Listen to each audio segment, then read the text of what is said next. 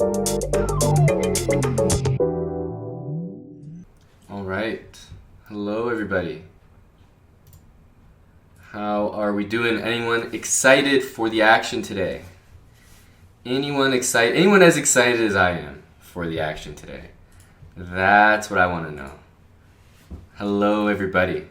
We're getting started real soon here. What's up, guys? What's up, gals? It is time for the 2019 Pro Chess League featuring your very own Montreal Chessbrahs. So the time control is, for those that don't know, the Pro Chess League 15 minutes plus 2 second increment, and we have a pretty exciting matchup today. We're playing against the Pittsburgh Pawngrabbers, and I think the very first game is underway here. Rook c1, knight d7, and this is more or less some pretty understood stuff. I'm not necessarily sure if it's theory, but a lot of times white gets a big initiative on the queen side over here, and in return, black gets, the knight on h3 is misplaced. Even coming to f4, it just gets kicked with g5. So what is he thinking about here? He's probably thinking, hey, how does queen d7 not just win a piece? Because knight f4, there might be something like g5. Well, the answer seems to be that rook c7 is going to happen, and now he's thinking about how he's going to deal with this. The pawn is hanging, but in return for queenside stuff, he, like I've been saying, he gets the pressure on the king side. So queen d7, he goes for it. So rook c7 looks like the move to consider. Rook c7, if queen e6, there's knight f4. So the question is, what does he play after rook there? I think what he's thinking of, oh man, is he gonna play something like this? Rook here, takes, ooh, Sarich, did you know that he has a family, buddy? You gotta go easy on them.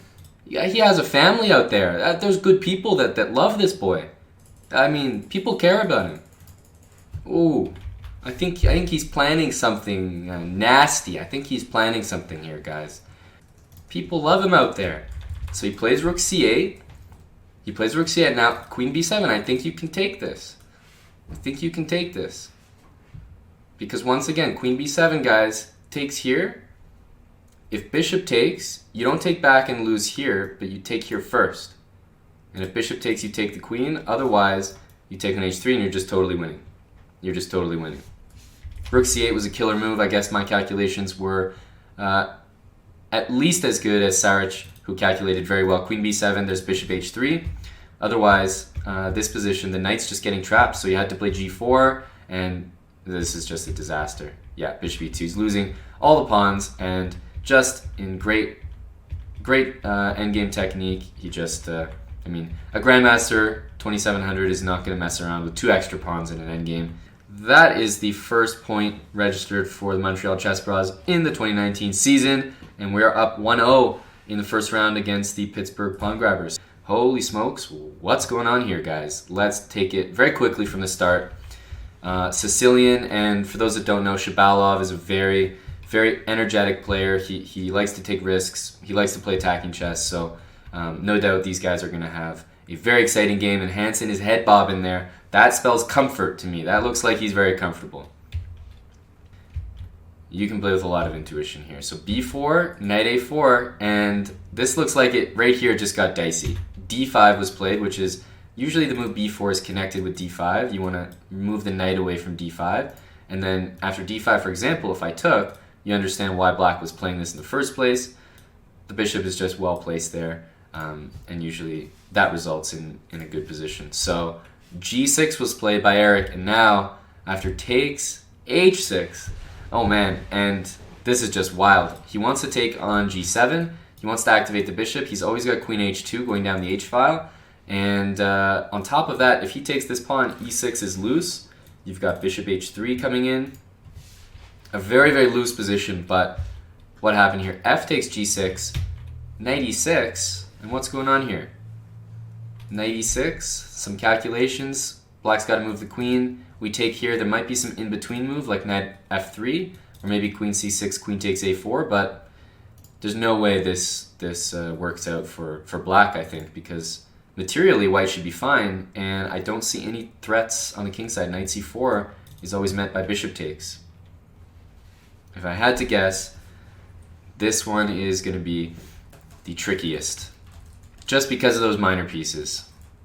Bishop g5 and bishop c5 are covered, actually, which is kind of annoying. But if you play a move like rook d7, you actually threaten bishop c5 here, and there's still no bishop f6. And if knight takes, we can just grab here, and the same with queen takes. We can grab here as well because of the overworked pieces. King e6 or king e8. But with 1 second left, he might just flag here. Eric just won on time. There we go.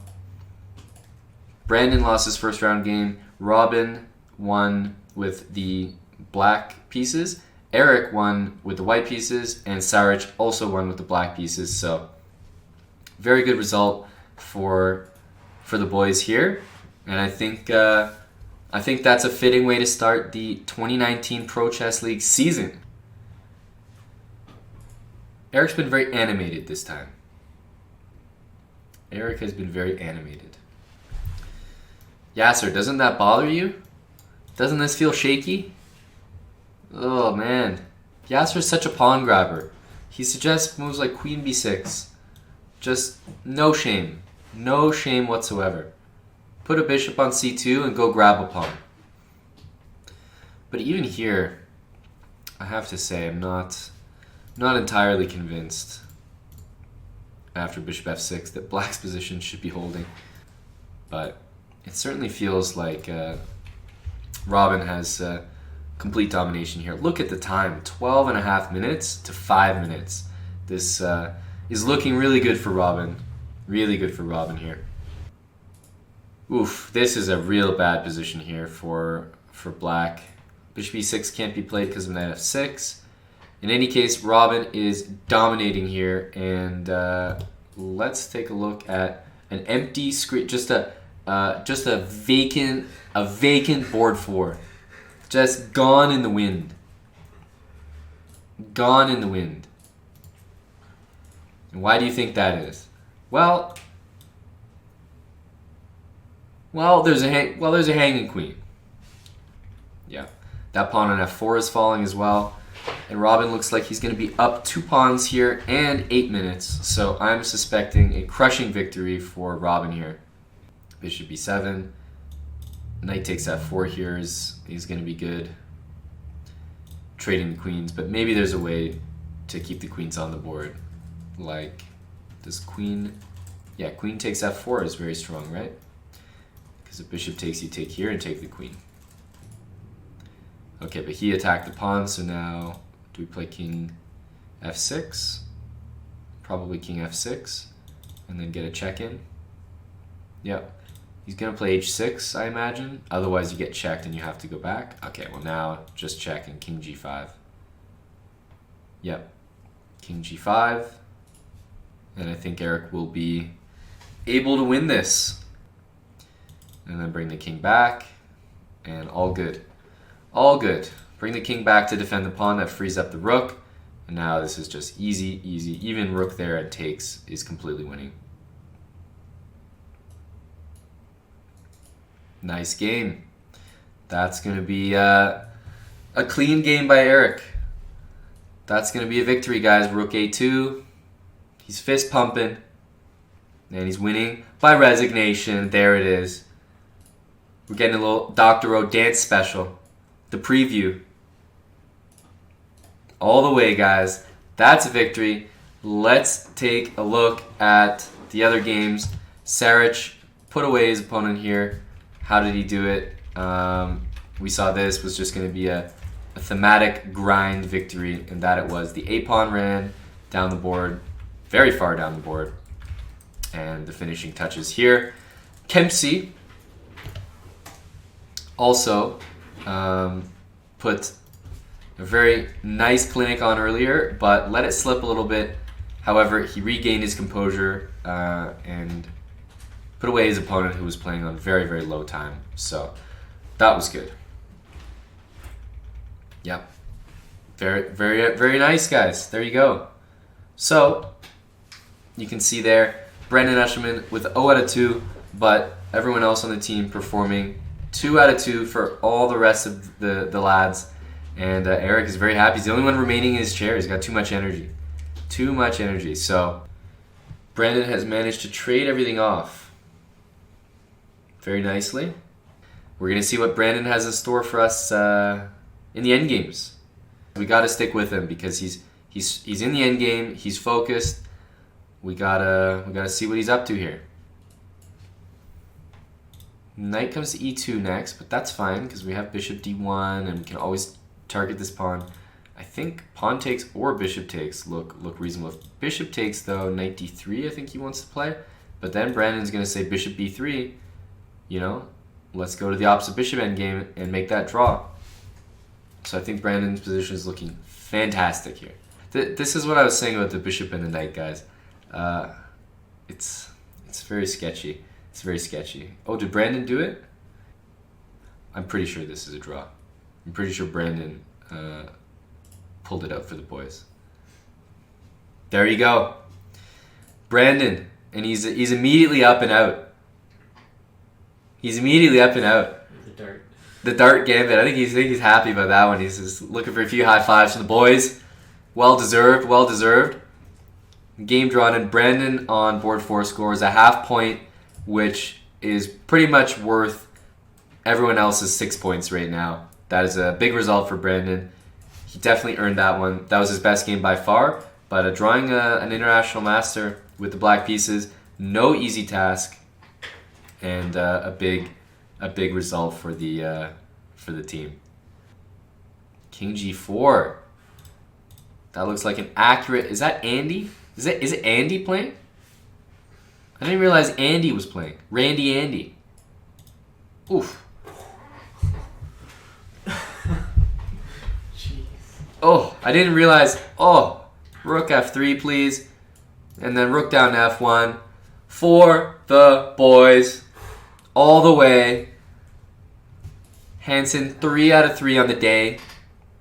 King g4, king h3.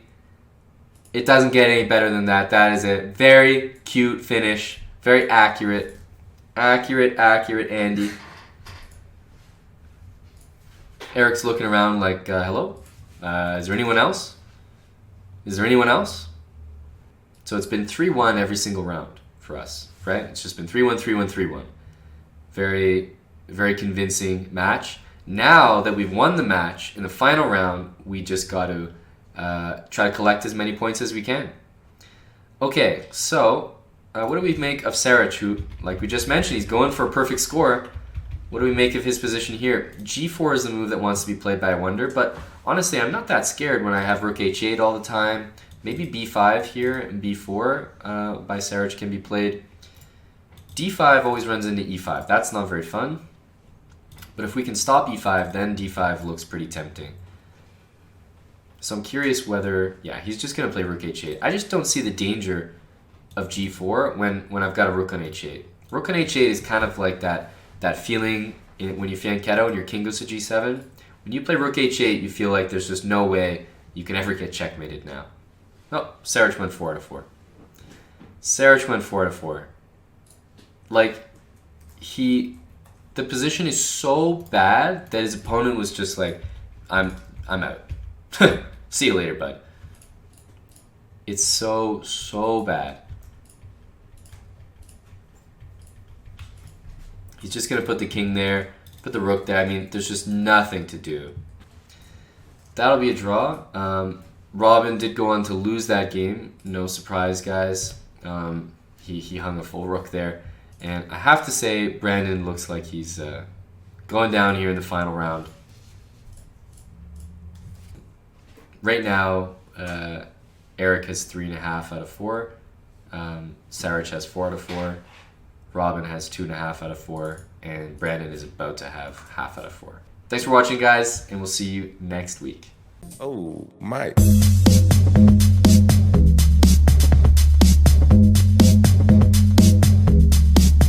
Oh my gosh.